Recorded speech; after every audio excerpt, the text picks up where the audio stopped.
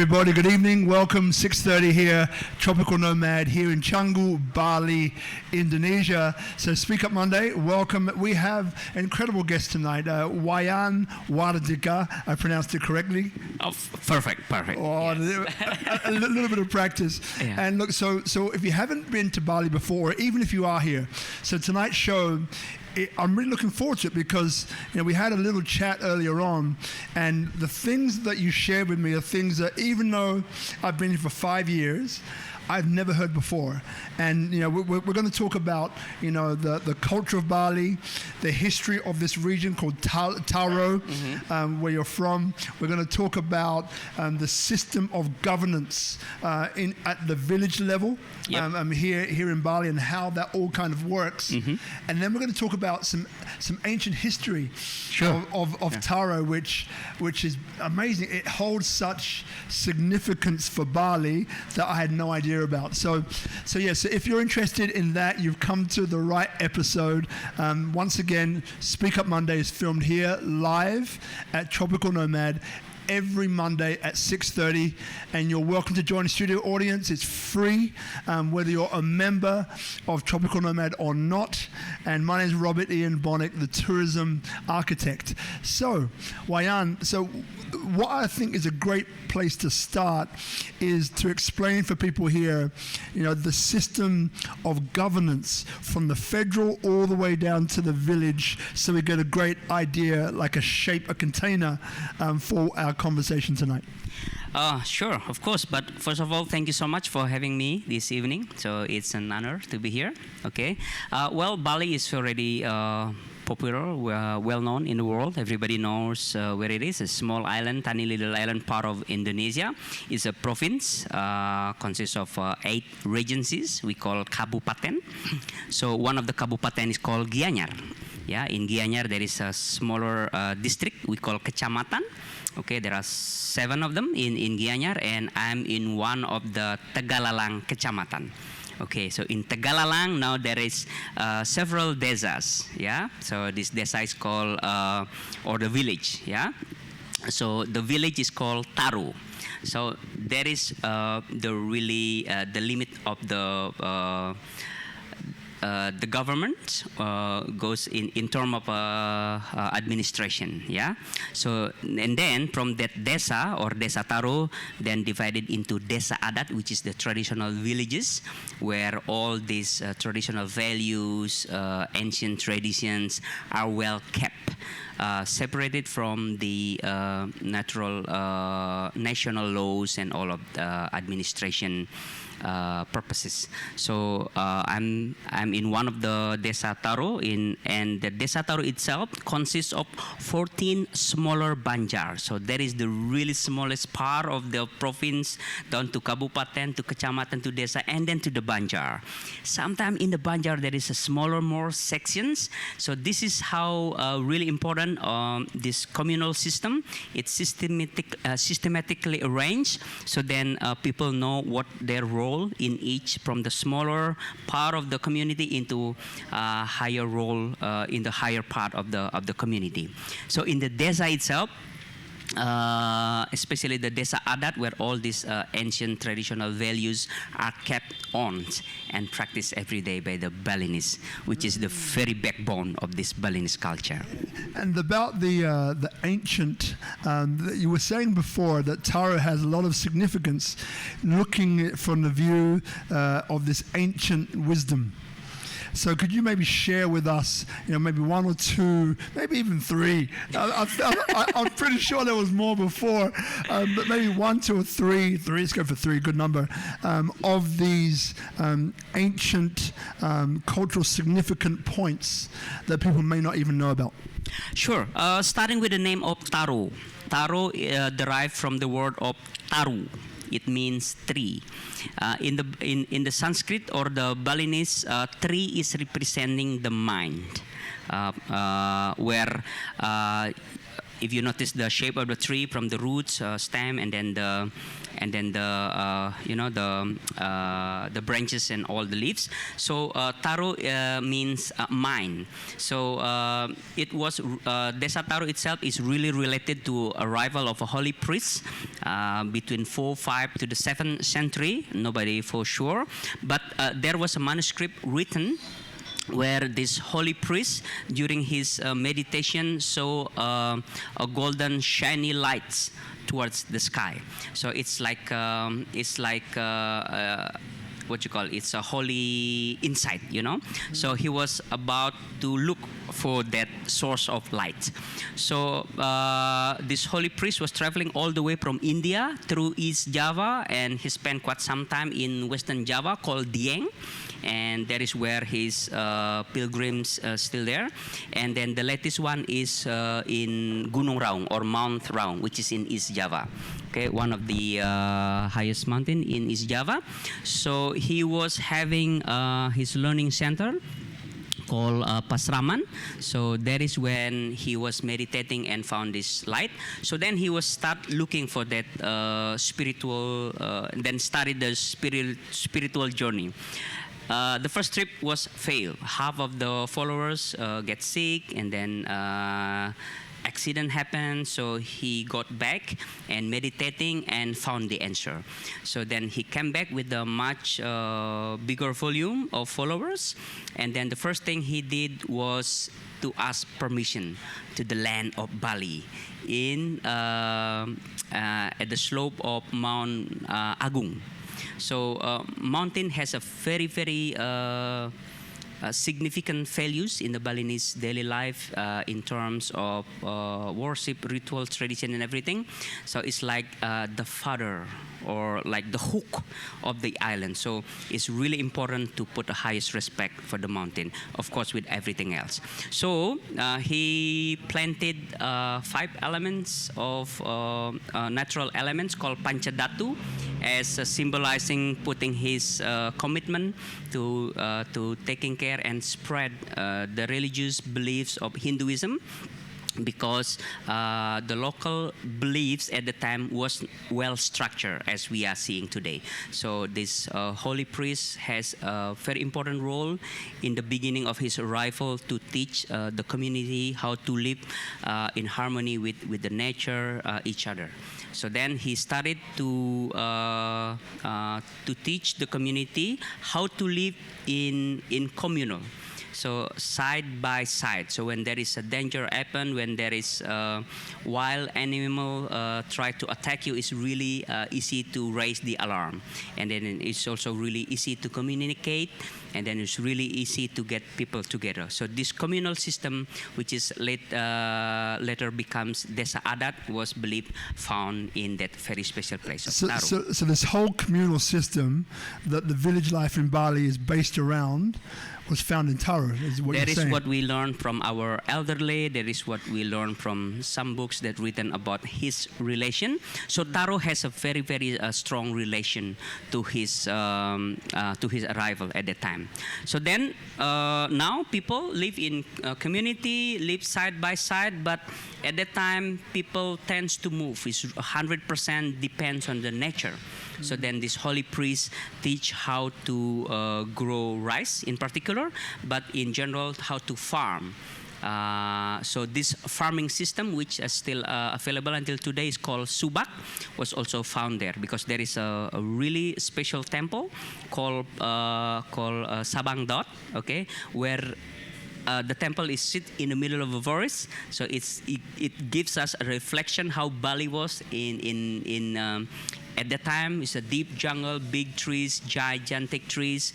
It's a really, really tranquil, you know, it's peaceful, okay, and there is no temple. So that is the first time the holy priests start to opening the deep jungle into a plantation area. Wow. And that is called ngerua, or openings, the initial, the first opening. Then the story begins. You know, the thing which I notice about you, just Ichi and the guys probably switch off the fans up here. So the one thing I notice about you is your enthusiasm for life, right? And I know that you spent, you know, like about 20 years working in the tourism industry.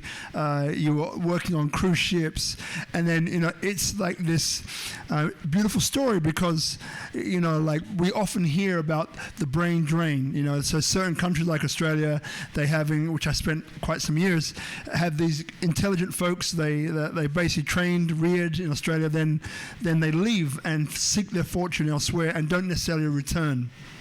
But you did. So not only did you return, you came back into the village of Taro, and then you took this role as we said, as a Desapreneur. So maybe we got an idea about what Taro is, we got an idea about the governance and that cultural structure, we have an idea about the significance of Taro, which I never knew any of those things. And for those of you watching, we did a very special with the Mason family, Mason Elephant Park, which is also based in Taro, right? So there's a lot of aligning here. So what is it, the role that you play in the village, and what is it that you do for the village? Well, first of all, I felt myself really lucky to be born in Taro, so it's not a coincidence. And there is also another story where my mother don't have me for like 12-something years, and then boom, I come out, and then 4 other siblings is following. Okay, so I don't know where I was for 12 years, but yes, I'm really blessed to be born in such a really special place. So I really want to contribute. What can I do better? Yes, I've been away for quite some time, but I took that opportunity to learn, to observe what is good, what can be part of the lessons. So, and then until my 40th birthday, June 10, 2018, I resigned from my good paid settled cruise ship works, okay? Just to be back. Why? So there is, I don't know, I feel that something really, I cannot explain, that I have to go home. And then later I found that... Can I stop you just there? So this pull that you felt, I want to go back and I want to find out what that was. So you had this you had this well-paid job, you're traveling the world on a cruise ship, but you felt the pull to go home. Okay. What was that feeling, and how did it show itself? How did it emerge? Just like a bird from the cage. I was about to continue. I read a really important phrase said, life begins at 40, right? So I think I took that as a momentum, okay? And then secondly is the family. So I've been away. I've been spending much of my time away from the family, so I think it's after 12-something years, it's good to be back. I think it's good to be back, okay? And then that calling. So I feel there is a calling that I cannot describe what, but it's really important to be home, okay? And then I sort of like, I have big data in my head now. I've been around in so many places, meet so much great people, and then now it's time to give something. So there is, and I have to thank again, at least I have a year to prepare before this pandemic happened in 2018. So 2018 is the day where I decided to go back and started a business, make out of a living, and then it's related to tourism. Until then, it doesn't work out. I mean, now I found the answer that I really have to take care, just in case tourism doesn't have to be the way it was. In some were exploiting too much of the resources, but I saw some opportunities where we can wisely selecting strategy that we can enhance the quality of the culture, the quality of the nature, and bringing more people involved in protecting the and preserving the resources. So then the tourism, hopefully after this pandemic, will be much pro-green, will be much healthier options, eco-friendly, and then preserve really well. So just to we're going to come back to that, but just to bring these guys up to speed. So what you're saying, and we're going to tissue here. Oh yeah, sure. Right. So what you're saying is that this tourism, this mass market tourism that we had before here in Bali, is great on some levels. On other levels, it had its impacts on the environment, on people. Okay, and when COVID came, it was almost like yes, it had a negative impact as greatly on some people and resources and so on. But what it gave the environment and us was an interrupt to look at what we're doing on a village level as well, and to look at what we're doing and say, well, how can we make better use of our resources? So then you're talking about sustainability now, you're talking about ecotourism, you're talking about how can we preserve some aspects of Bali that people love. We love the rice paddy, we love the culture, but mass tourism can have an impact on that which isn't necessarily positive. So then coming back around, so now you're in this position of Desapreneur, which I'm going to ask you in a second, just to define for us. I know what it is, but these guys probably don't. Yeah. And then how have you managed? Because I know you've done a great deal. So how have you managed so far to have the really positive impact on, for example, the environment in Taro? So we start off with what is a Desapreneur, and then we go on to what impacts have you had or you've felt or initiated on a village level. Okay, first of all, the Desapreneur is like basically is I don't know what my job title is, right? Being around the family, do the things I like, and then at the same time, hopefully to make business, but at the same time to contribute to nature. Basically, Desapreneur, in my opinion, is basically whatever resources available in the village. Desa means village, right? Yeah. So village has so much potential actually, to be managed, to be raised, and to be developed in a much greener way, in very more sustained options, and involving almost the whole community. So I like that word because I don't have to be anybody else, just like you said, to be myself. So being the village, so I would like, I see potential in every villages, not just in Taro, but in every village, villages.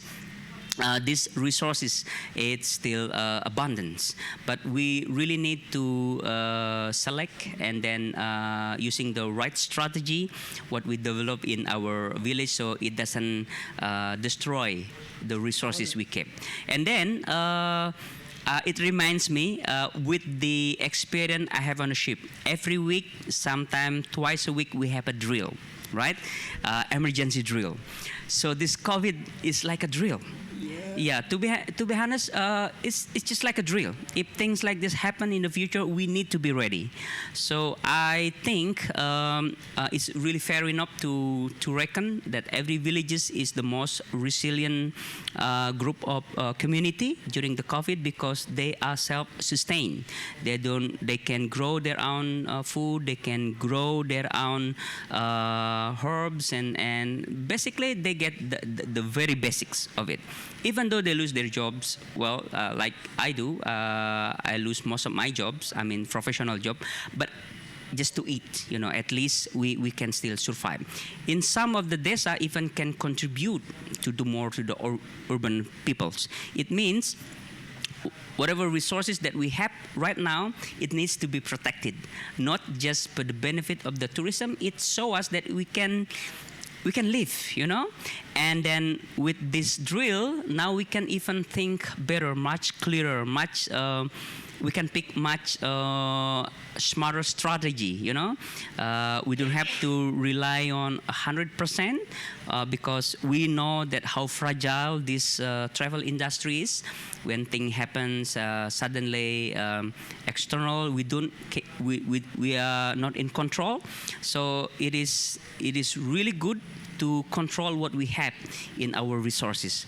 I'm a tourism business. I'm still looking forward to offer a lot of tourism activities in my villages, but in a very much more greener sort of options, in more unique ways, which we can discover a little bit more later. But what I'm trying to say is that this is a good time to restart, to rebrand, to renew, and then again to or maybe to rethinking in some point what we have been done in the future, in the past, and then what we can do better in the future. So I think it's quite contemplated. And when we look at the federal government, maybe Sandy Uno, the tourism minister, having a big push and move towards this creative economy. Basically saying, look, Bali was dependent upon the traditional models of tourism before, and this whole situation has created this different way of looking at it, which then has pushed forward this idea of how can we retool, rearm, re-educate, local Balinese, because the level of quality when it comes to creating works of art is phenomenal here. Like this craftsmanship is phenomenal, and it's like, there's this thing about human beings about if we talk about things, we don't necessarily pick it up. But if you show me what to do, then I get it, and I can copy, and I can then recreate that for its own in different ways, right? And that's where the creativity comes in. And Balinese have got that in spades, right? So when I say to you about creative economy and retooling, rearming, re-educating, how does that touch down on the village level with what you're either doing or looking to do in the near future? Well, in the Indonesian saying, there is the power of kepepet. Okay, so when you are at the very rock bottom, at your very limit, then it gets your creativity, right? So this whole situation really put that into practice. So I really agree with the movement where we are having more creative economy, so we're not relying on the big mass industry. Of course, it is necessary, but in the village level, I think it is more suitable into a community-based tourism. In some point, it's even nature-based activities that where we are supporting the not just supporting the community, but at the same time preserving the area. So I really agree with the movement where we involving in a much wider option to participate, not just only a specific, a certain number of people, but where we have the opportunity is spread equally to every, not just in a rural or centered area, but down into the rural areas or the villages. So like I said earlier, there are lots of potential which is available in the village, okay, culturally, naturally, and human resources. But it's really depend on us, the locals, how we define that creativity, bringing our village into much higher level in terms of preservation, conservation, as well as promotions. So then creating our local businesses into more involving like the community. It's not like a monopoly, it's like, hey, I got a brother, I got a cousins, and then a friend, and so on on and so on. Got it.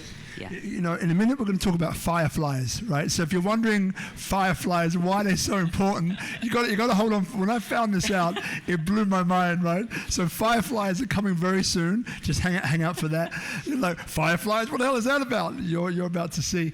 So look, before we get there, so now you were talking earlier on about this move which is connected to fireflies, right? So this move to organic farming practices, right? So this creative economy is restarting, you know, this farming practice, which before, you know, was I remember we had the owner of Saba Bay on the show, and she was talking about the amount of land where 5-10 years ago there used to be set aside for growing grapes for wine, and where that in the space of 15 years where it has shrunk to.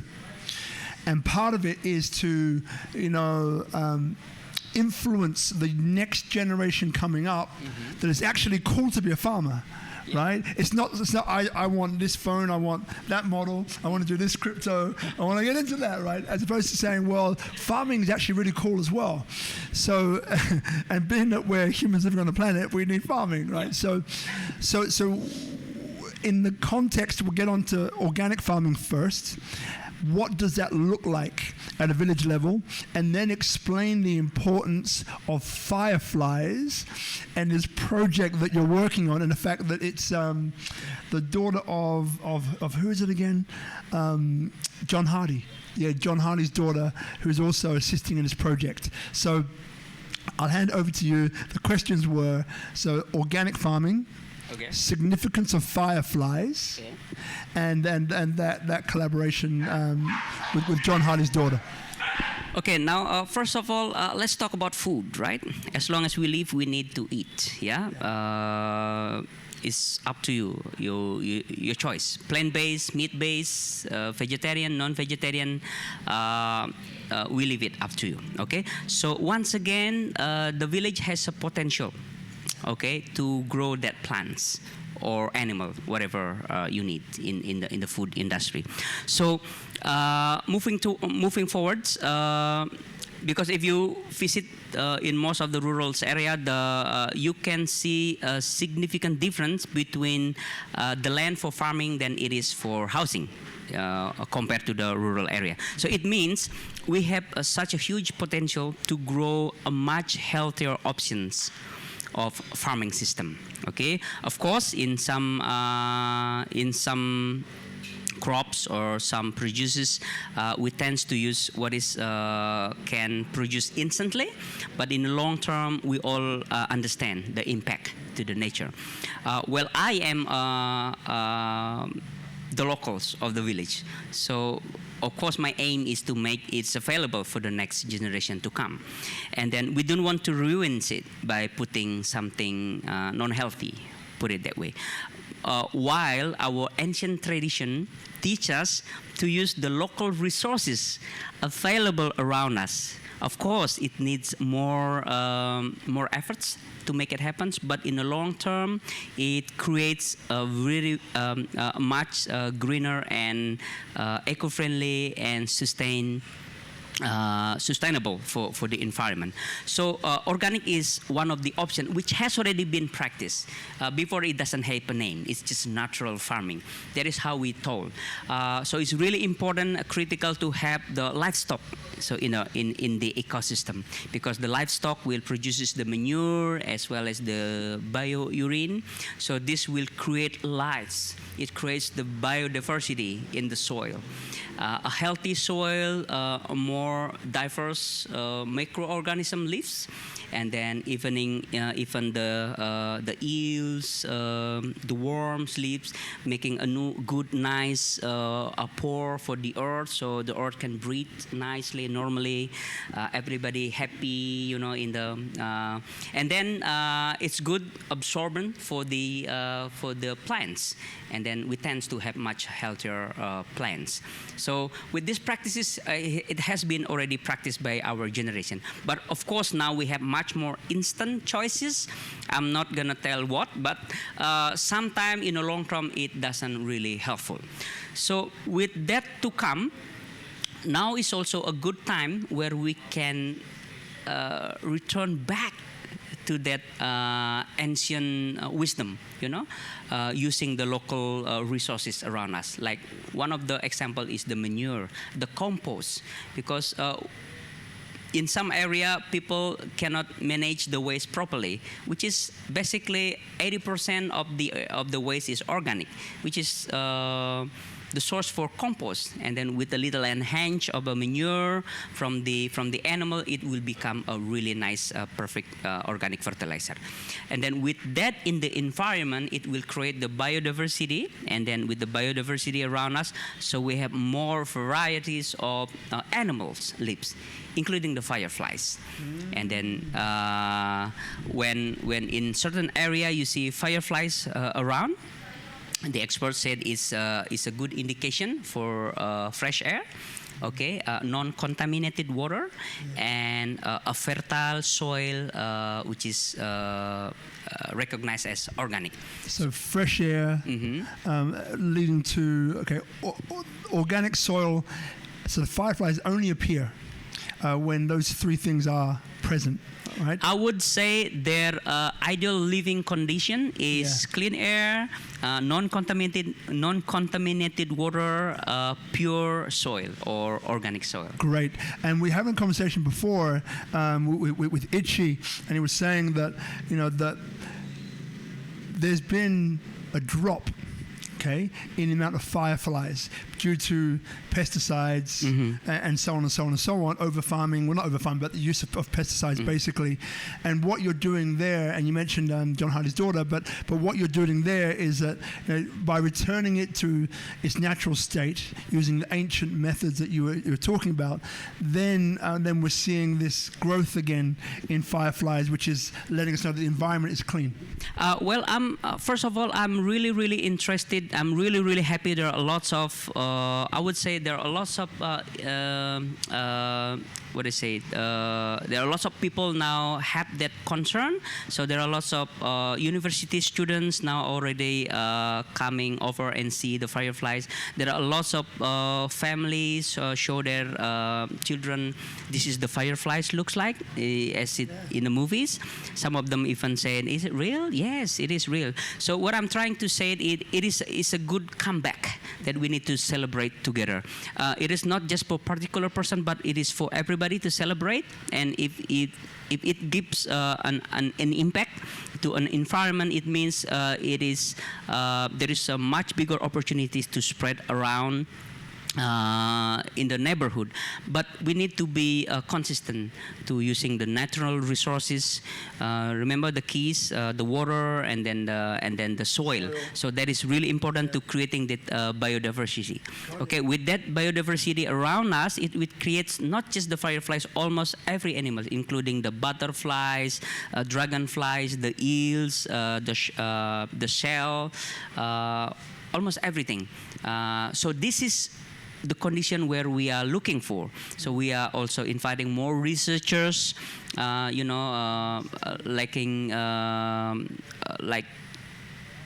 what happens, I mean, there is an opportunity, there is a chance. Even the minister itself, Sandiaga Uno visited the fireflies garden and see it for himself, and quite amazed to show him around, because what we do is not grow the fireflies, so it needs to be understand. Yeah. So lots of people think, how do you grow the fireflies? I never grow fireflies.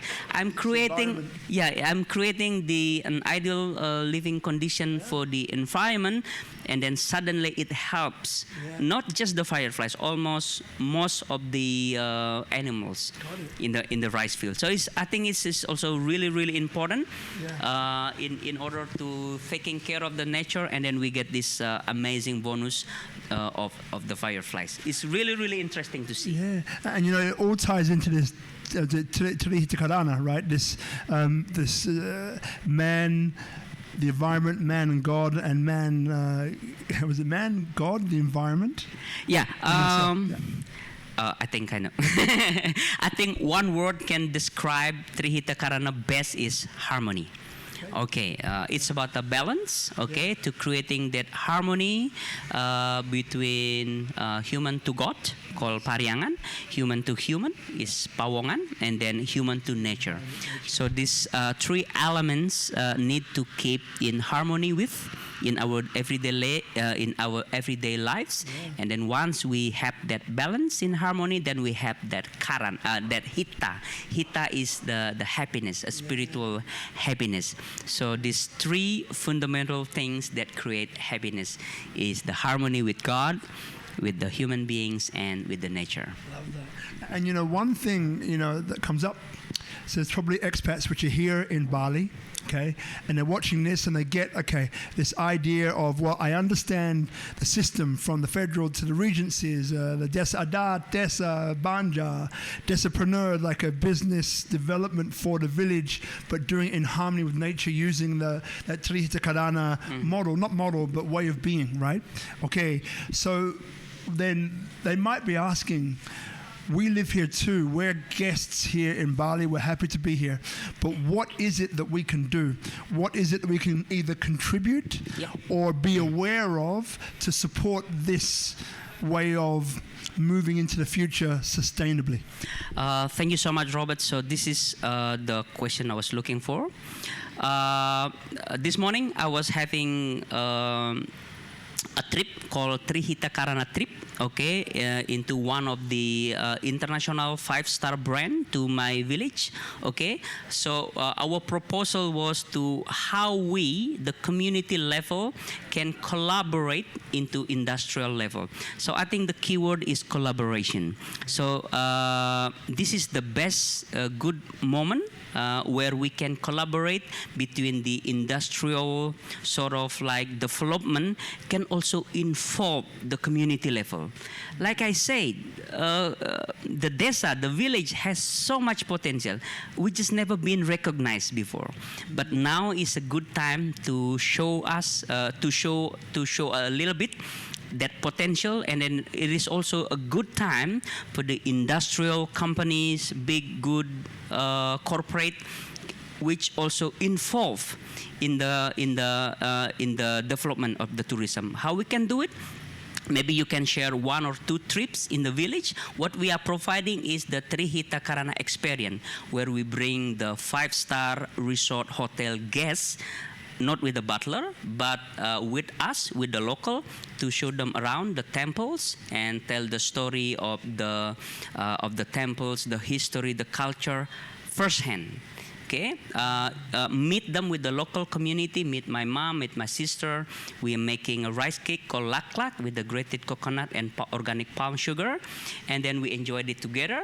Okay, so that's so we touch point harmony with God, harmony with people, and then we also invite the guests to plant trees in our sacred forest. So this is how we can collaborate together. So that is just only one example.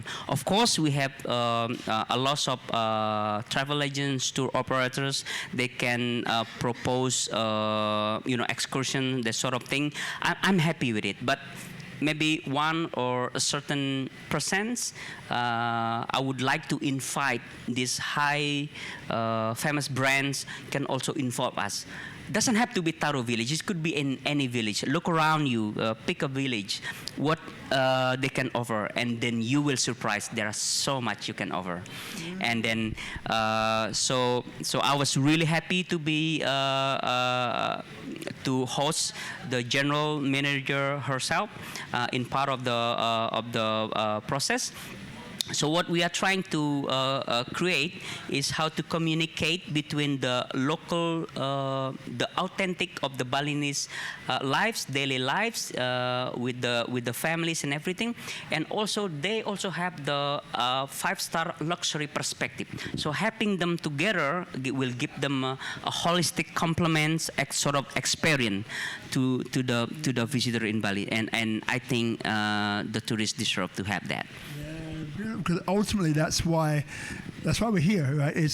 Bali isn't just an island, that has nothing. There's a mystical quality to it, and if you've been here for long enough, we get to understand that part of that, a massive contributor, is Tri Hita Karana and all these ancient wisdoms that Bali basically exudes, practices every day, offerings every day, and realizing these offerings are not just for Bali, but they're for the planet. Yeah. You know, so it's just recognizing. You know, a few weeks ago I was co-hosting this lontar ceremony with the king of Karambatan, era 1. And just through that, being around it, I got to really understand what a lontar is, this scripture, this sacred scroll of such that is there for future generations. And this one was over 300-400 years old, but there to guide future generations in how to find happiness, you know, on all different levels of life, you know, all the different levels of which is phenomenal for me, for someone to see that, you know.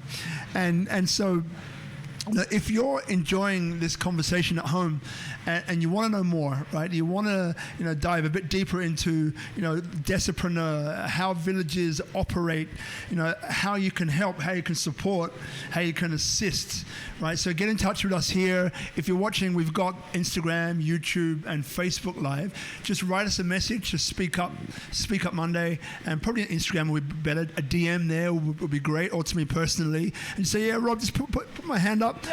I would love to know more. I'd love to meet Wayan, and perhaps go to Taro, which again, it's where Mason Elephant Park is as well. So you can hit, you know, lots of different experiences at the same time, and we can have more of a conversation because, you know, there's a great guy, a friend called Gil Petersall, and we work very closely with the royal family at Karambatan. Okay. And part of what, you know, Gil started doing was this mastermind, this knowledge share between locals and expats, where we sit down, we have some beautiful food, we learn about the culture, and then we trade ideas, not trade, but we contribute ideas, you know, of, you know, how to, and again, because we're different, and we're not pretending to be the same or pretending to become.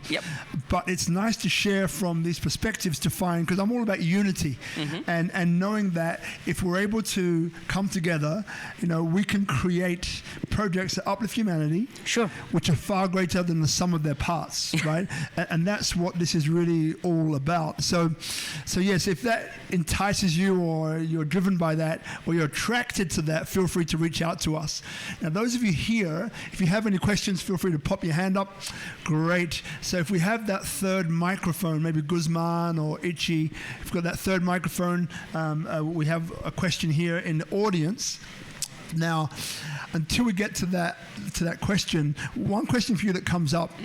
So, like, what kind of, you know, talking about village tourism, the future of it, the sustainable aspect of it, the way that we can harmonize, love that word, harmony, Tri Hita Karana, come together to create something really uplifting, supportive, yet sustainable. You know, what kind of future would you love to see?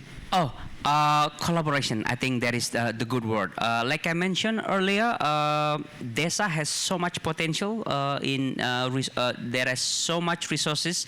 There is potential to develop, but of course you need to involve. So in the process of the collaboration, I think involving of the community is the key point, because Indonesia itself has 83,000, nearly 80,000 villages. Wait, hold up. So Indonesia, Bali or Indonesia? Indonesia. Indonesia.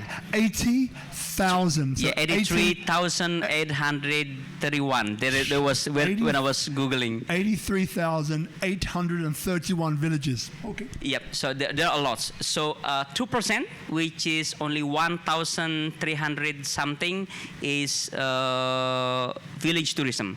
So just the 2% is it has already started to develop creative economy through tourism. It means 2% of the community has already empowered themselves to show their best quality in the village. So there are still 80 something more, 98% needs waiting to be awakened. Sometimes you will be surprised to see suddenly more beautiful, gorgeous waterfalls is there. Sometimes you see endless rice field. Now you see your face on a rice field. So this is what I'm really anticipating coming into the future, where the community itself empower themselves, but what we need is the opportunity Okay, the chance to show ourselves, the chance to show our potential, so then we can shine. And then, so then in the tourism industry, you don't have to stuck with 1 or 2, 3 destinations, but like endless destination. I think that is where our government are heading, to recognize us in the village with the potential that which has been sleeping all this long. I love that. Yep. So just checking. Have we got that microphone, Guzman? Yeah. So Guido over here in the yellow, has got a question. Great. Thank you very much, Wayan. Thank you. Explained, and I like the word collaboration. Thank you. First of all, I would suggest, especially what we talked recently and what you just referred to earlier on with regards to that place we went to, the King's Place. And remember, I said that it was probably one of the best vegetarian food I ate for a very long time. So I suggest maybe when you next time come down to Canggu, maybe we can get a group together who absolutely understand what you're talking about. This gentleman who has come along here is exactly on the same space. I have some other people. We just recently had a discussion on this topic. We're probably going end of this month, early April. We want to go up to have a look at some farms in Pedago, also looking at more from a more, what do you call it, more natural products than farm products. And the more we look at the soil as being the most important part, that's the strengths, because the food which we get these days in the supermarkets and so what have you is not what it is. So the more we can probably look and explore these organic things, and probably coming from the villages itself, it would help. So perhaps you can organize something for the coming months, April sometimes, where you come down here and we get a group together of 5 or 10 people who can explore more possibilities how we can work together. Thank you. Beautiful. And I mean, for those of you maybe just tuning in on Instagram Live, so we're here at Tropical Nomad every Monday. Today, we're interviewing this beautiful man, Wayan Wardika. Thank you, Brother Guido. Yeah, Wayan Wardika, who is a Desapreneur, which is like a manager of business for village, but performed in a sustainable way. It's sustainable with relation to Tri Hita Karana, right? Yes. Man relation to man, yep, and woman, man relation to God, yep, and man's relationship to nature, yeah, or the environment. Mm-hmm. So, and what we're saying is that, if you're stirred by this conversation and you would like to know more, collaboration is the key word here, and it's about that. We're here in Bali. We have so many different types of cultures and people and color here. So if we can find ways, as we already are doing, to collaborate, to create experiences, to create businesses, to create sustainable businesses which are able to feed literally, physically, emotionally, mentally, spiritually people here in Bali, but local and expat, then what a wonderful outcome that will be. It's beautiful. It's beautiful. You as a tourism architect will see the much a bigger picture, while I'm in a village so much busy doing what the things that I do in the village, while on the other side of the world there is somebody may doing something else. So you may capture this opportunity and bringing into connection. So we leave it to you, brother. So hopefully this collaboration coming into much bigger impact, not just the community industrial, but into much wider audience, hopefully. Look, the last question from me would be, that was a perfect time to end it, but this other question, it just popped in there. What can I do? It just popped in there, right? So what have been or continue to be or will be, choose any one of those three or choose them all, the biggest challenges for you as a Desapreneur to create this future, to stimulate this future of sustainable business for your desa, for Taro? I think moving forward, Robert, we need to create that value chains, which is can connect and reconnect continuously.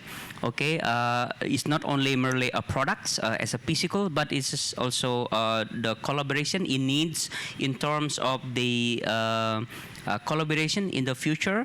So I see moving forward is this product and services that we have in the village need also to be extend out. So either your way, how to complement and sort of like recognize what we have, either by visiting, either by buying or circulating. I think there is the potential now with this digital era where everybody can play a role, where we can supply and provide healthier options, but we also need somebody else or market which can also recirculate what we are doing, so then we can get recognized and bringing that adding value in the process. You know, I've really enjoyed talking to you, Wayan. Me too. And we'll do more of this.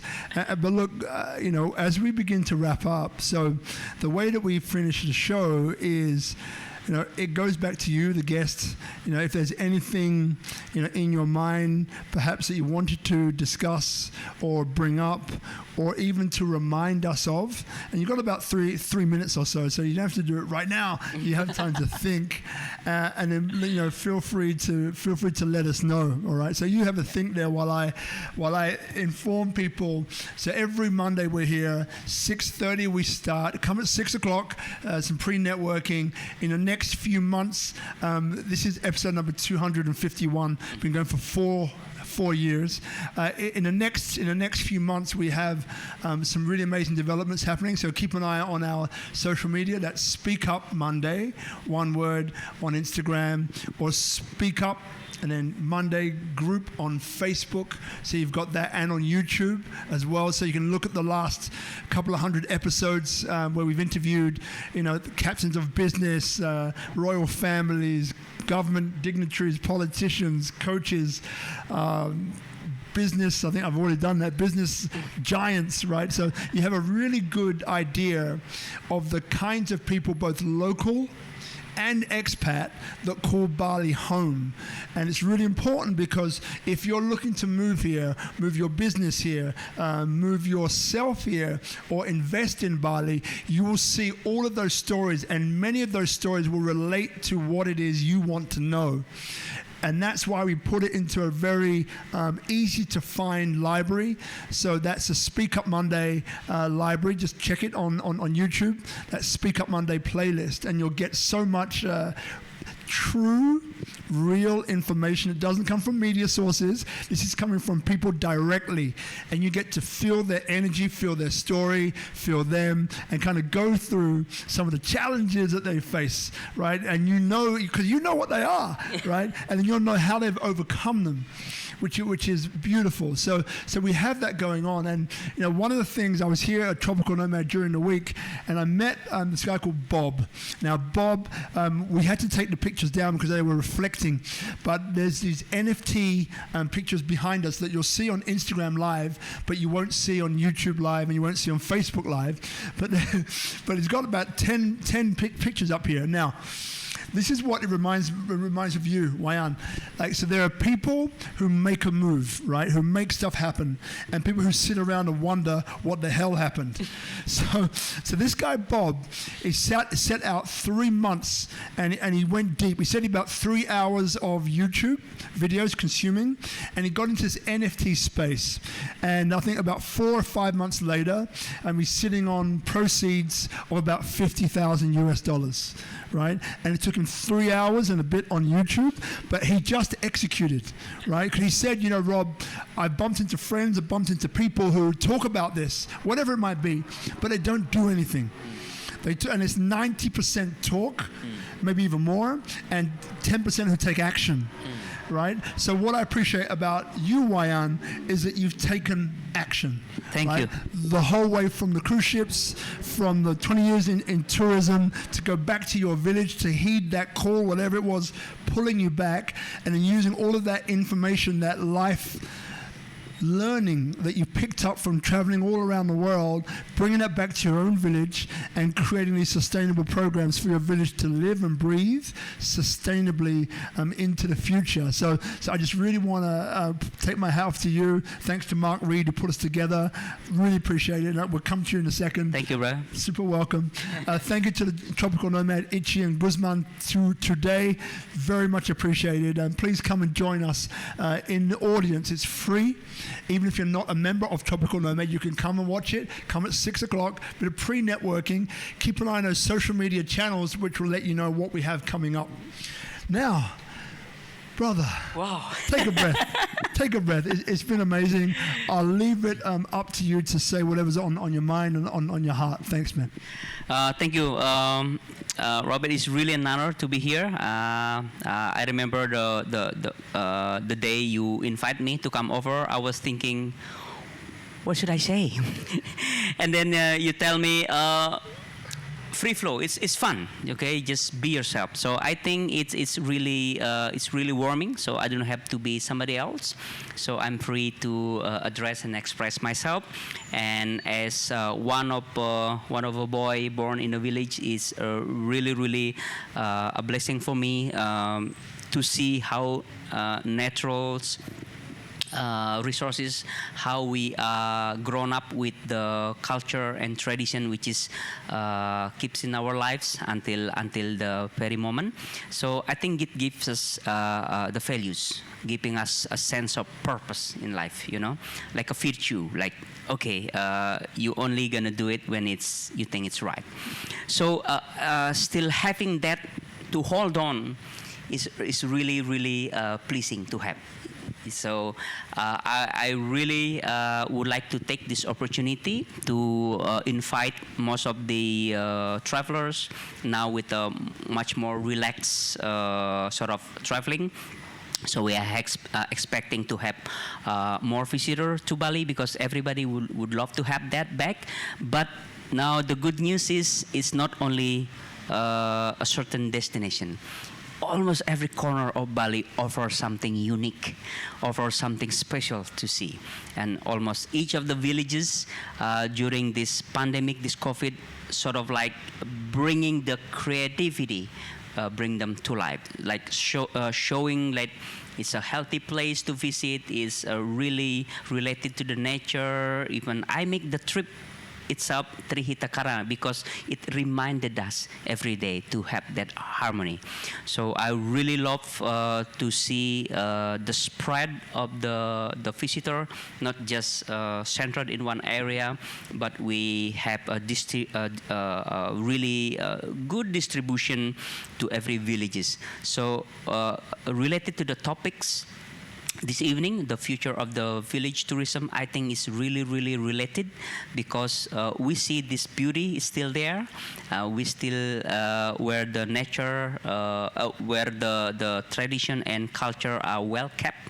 Because during this pandemic, I don't know why, I also have the opportunity to travel other part of Indonesia, and I'm so confident that in the future ahead, not very long from now, every villages will be able to show something. It doesn't have to be really special, but at least the one that you have never seen before suddenly pops up, and then oh wow, there is a building and a tree. Sometimes you have the opportunity to see 3-4 levels of waterfalls. Sometimes you see a tradition where they catch the eels. So much. Sometimes the culinary will surprises you. And then now there is a movement of raising the awareness of moringa. Have you heard of moringa? Yes. Yeah, moringa tree is very popular. Is most of even the younger generation now taking action to plant more moringas, not because of the nutrition, not just because of the health benefit, but what it can contribute for the nature, because it absorbs 20 times much stronger or bigger than other plants. So it creates this sort of things starting to happen, like, and it involves the younger generation. So I don't know, am I representing the younger or the older generation? But my generation is really, having the responsibility to influence all these good practices, so that our younger generation can also contribute, not just taking. So I really hope we see this collaboration in the future, where almost every villages is seen. I know now with the development, some of the villages have proper access where they were not before. So we are inviting more travelers to be more adventurous. Not just 1-2 places, but there are lots of them to see. I myself, born and raised in a village, I'm still amazed to see how beautiful it is in seeing other villages. So especially for you who have never been down into a rural area, I would highly recommend. Doesn't have to be somewhere far away. It could be somewhere near you, and you will be surprised to see, either by the nature, the people, the culture, and the tradition. So thank you so much to have me here. So looking forward to have the collaboration in the future. Love that. Round of applause, everybody. Round of applause. Thank you.